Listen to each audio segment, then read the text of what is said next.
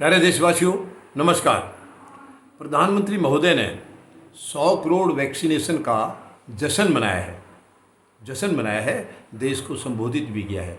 यानी जब से महामारी आई है तब से 10वीं बार कल प्रधानमंत्री महोदय ने देश को संबोधित किया है और ये जश्न मनाया है। मुझे नहीं समझ में आ रही प्रधानमंत्री महोदय की मानसिकता क्या है। इसमें जश्न की कौन सी बात थी जश्न की। हमने महामारी को झेला, प्रधानमंत्री महोदय कितना दुख झेला है, कितना दर्द झेला है देश ने। ये जब से महामारी आई है 1.5 साल से ज़्यादा हो गया है, कितनी पीड़ाएं, कितने परिवार बर्बाद हो गए। ये क्या जश्न की चीज़ें थी? ये जश्न मनाने का था। और आपने वैक्सीनेशन जो ये दिए हैं उसकी भी बहुत सारी ऐसी गलत बयान आए हैं। कंपनी ने एक ने कहा है हमें कोई पैसा नहीं दिया गया, आपने बयान दिया हमने बहुत कुछ पैसा एडवांस दिया, बहुत सारी चीज़ें ऐसी आई हैं। लेकिन चलिए कैसे भी है, हालांकि वैक्सीनेशन का अभी तक प्रधानमंत्री महोदय ने या इनकी सरकार ने कोई गारंटी नहीं दी है कि ये वैक्सीनेशन कोरोना की बीमारी का इलाज करने के लिए है। ऐसा नहीं कहा इन्होंने इमरजेंसी यूज के लिए इजाज़त दी है। और फिर 100 करोड़, पहली बात तो मैं साफ साफ कह देना चाहता हूँ, प्रधानमंत्री महोदय की बात का कोई भी यकीन नहीं करेगा। ये चाहे बिल्कुल भी सच कह देंगे तब भी यकीन नहीं होगा, क्योंकि इनके पास सच शायद ही कभी कहीं एक आध छुपी होगी। मुझे नहीं लगता इनके पास सच्चाई भी है। ये जब से आए हैं देश में हमेशा झूठ बोले, इन्होंने पहले भी झूठ बोले हैं। वहाँ से गुजरात में रहते भी जो कुछ कहा सारे झूठ बोलते थे। पूरे देश को इन्होंने झूठा नक्शा दिखाया, वहाँ का गुजरात मॉडल का कह के पूरे देश को झूठा नक्शा दिखाया। और जब से 7.25 साल से प्रधानमंत्री के पद पर हैं, हमें इनके मुँह से कोई सच्चाई सुनने को नहीं मिली है आज तक। तो ये 100 करोड़ का जो आंकड़ा दिया है इन्होंने, ये आंकड़ा भी मुझे नहीं लग रहा है कि इसमें सचमुच इन्होंने 100 करोड़ इंजेक्शन लगाए होंगे, क्योंकि इनके आंकड़े कोई देख नहीं सकता है। जो इनका दिल करता है वो आंकड़े देते हैं। और इनके जो मीडिया है, गोदी मीडिया, जिसको गोदी मीडिया कहते हैं, वो इन्हीं का खरीदा हुआ है। उनको जो कहेंगे वो आंकड़े आगे सामने पेश कर देंगे। सही आंकड़े तो कभी आए नहीं इनके आने के बाद, इस सरकार के आने के बाद कभी किसी के आंकड़े सामने नहीं आए हैं किसी भी चीज़ के। जो इनको दिल करता है, इनकी सरकार के हक में कोई बात जाती है, वही आंकड़े ये दिलवा देते हैं। जो इनकी सरकार के खिलाफ जाने की कोई दिक्कत आती है तो ये वो आंकड़े नहीं दिलवाते हैं। अब मैं पूछना चाहूँगा प्रधानमंत्री महोदय के, प्रधानमंत्री महोदय, कोरोना महामारी देश में आई नहीं थी, ये आप लाए थे। आपकी गलत नीतियां लाई थी, आपकी गलत सोच लेकर आई थी। मैं दावे के साथ कह सकता हूं भारत में कोरोना नहीं आना था। भारत में जब पिछले साल कोरोना आया था तो 30 जनवरी को पहला केस आया था वुहान सिटी से चाइना, इसमें केरला में। और 30 जनवरी के बाद 31, पहली फरवरी, 2 फरवरी को 3 दिन कोई केस नहीं। 3 फरवरी को फिर 2 केस आए थे, वो भी वुहान सिटी से केरला में। अगर आपने उसी वक्त अंतर्राष्ट्रीय बॉर्डरों को बंद कर दिया होता तो प्रधानमंत्री महोदय एक केस भी हमारे देश में नहीं आना था। केवल 3 आ गए थे। 3 का उम्मीद है किसी तरीके से इलाज हो जाता, नहीं भी होता। अगर भगवान को यही मंजूर था तो वो तीनों के साथ अगर कोई जान को इनको नुकसान होता तो केवल 3 में ही हमारा ये नुकसान बच जाता और कुछ नहीं होना था। ये जो भी हुआ प्रधानमंत्री महोदय, आपकी लापरवाही से हुआ है, आपकी गलत नीतियों से हुआ है। आपने देश को बहुत बड़ी पीड़ा दी है, बहुत पीड़ा दी है। इतना दर्द दिया है आपने, महामारी में आपने धकेला।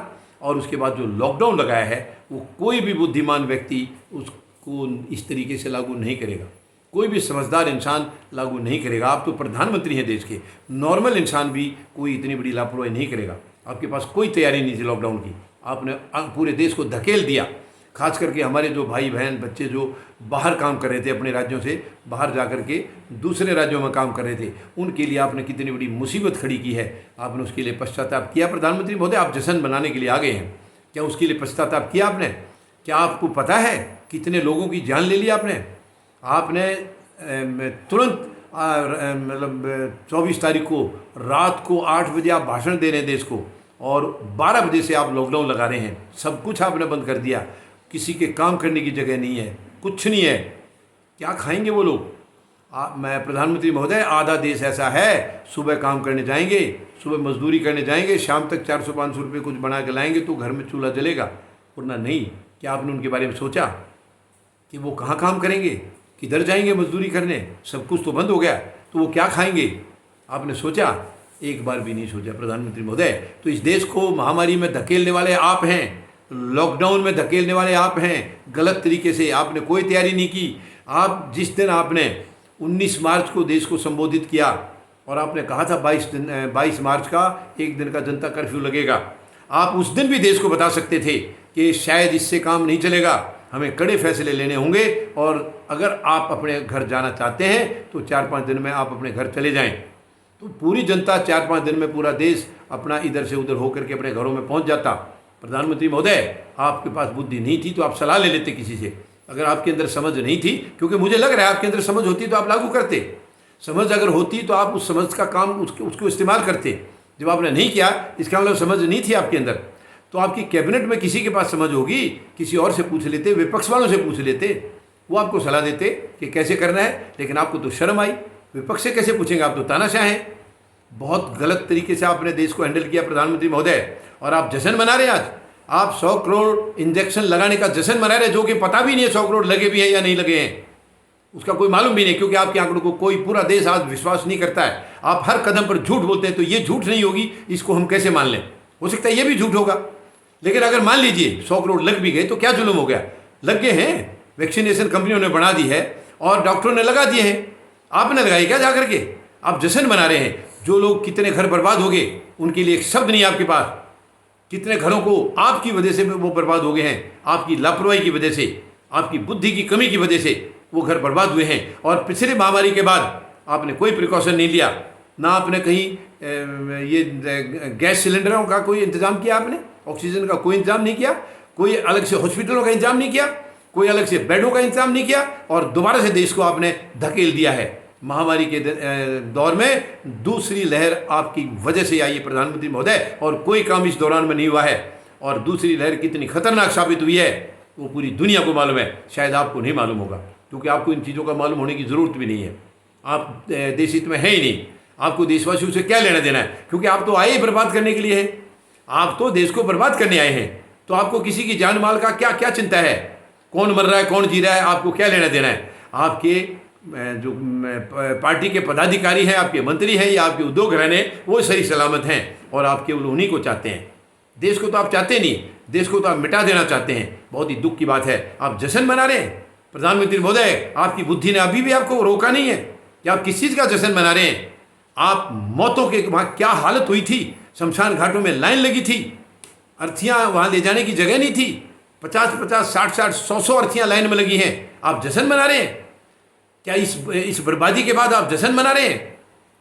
प्रधानमंत्री महोदय, अपनी मानसिकता को सकारात्मक कीजिए, सकारात्मक कीजिए। उनके सीने में जा करके देखिए कितना दर्द है, जिन्होंने अपनों को खोया है। छोटे छोटे बच्चे बच गए हैं, पर परिवार में माँ बाप को खो दिया है, या किसी माँ बाप ने सभी बच्चों को खो दिया, केवल माँ बाप बचे हैं।